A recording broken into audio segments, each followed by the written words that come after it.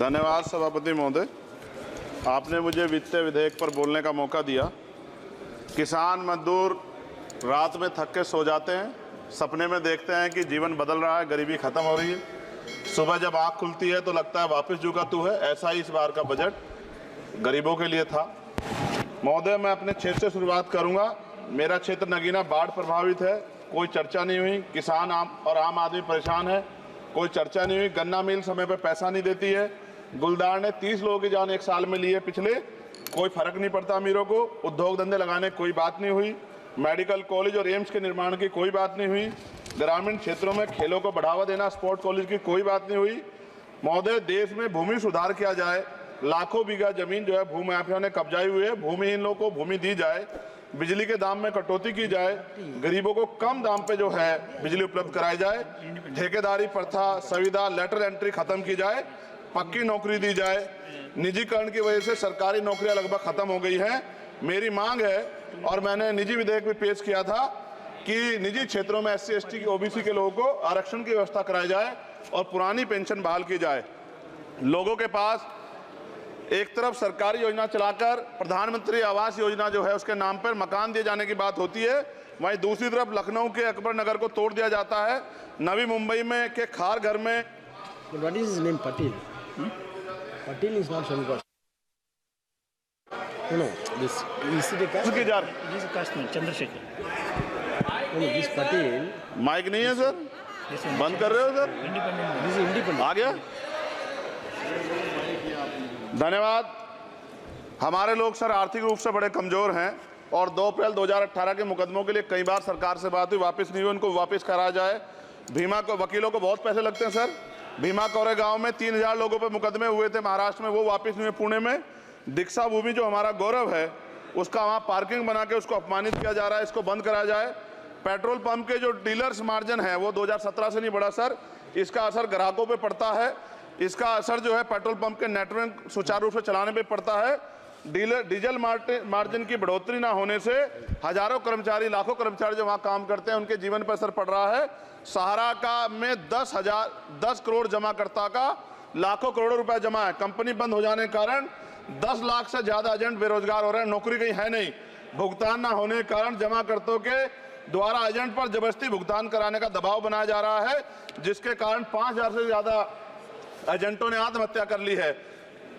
सभापति महोदय, उत्तर प्रदेश देश का सबसे बड़ा सूबा है, उसको इस बजट में कुछ नहीं मिला और बहुत सारे मेंबर, 80 के लगभग हम मेंबर जो है उत्तर प्रदेश जीत के आए, ना के बराबर मिला। यूपी में 25 करोड़ से ज्यादा आबादी है उत्तर प्रदेश के अंदर, 5 किलो राशन सरकार दे रही है, लेकिन जीवन जीने के लिए काफी नहीं है। और भी बुनियादी सुविधाओं की जरूरत पड़ती है अगर इज्जत की जिंदगी चाहिए, उसके लिए सरकार के पास कोई उपाय नहीं है। यूपी जब एक बड़ा राज्य है, लेकिन यूपी में भाजपा सरकार की विकास गति बहुत धीमी है।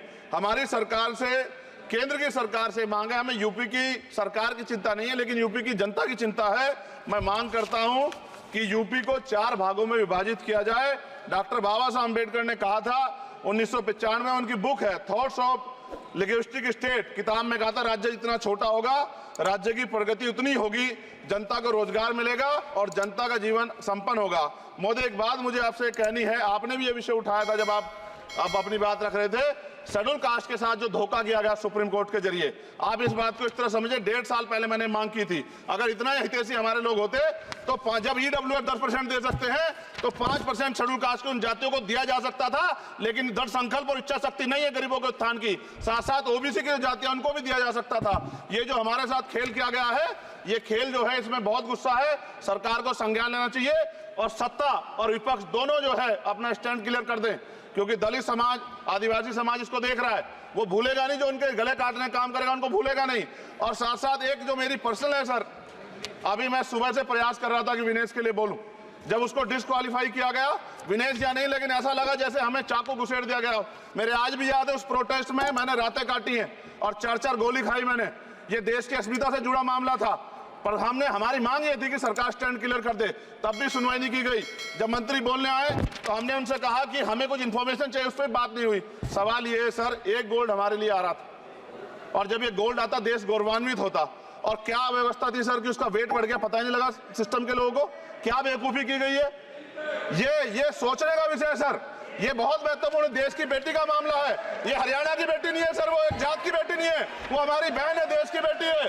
और आपने क्या किया हरियाणा के साथ? आपने हरियाणा का बजट कम किया, जबकि सबसे ज्यादा मेडल हरियाणा लेके आता है।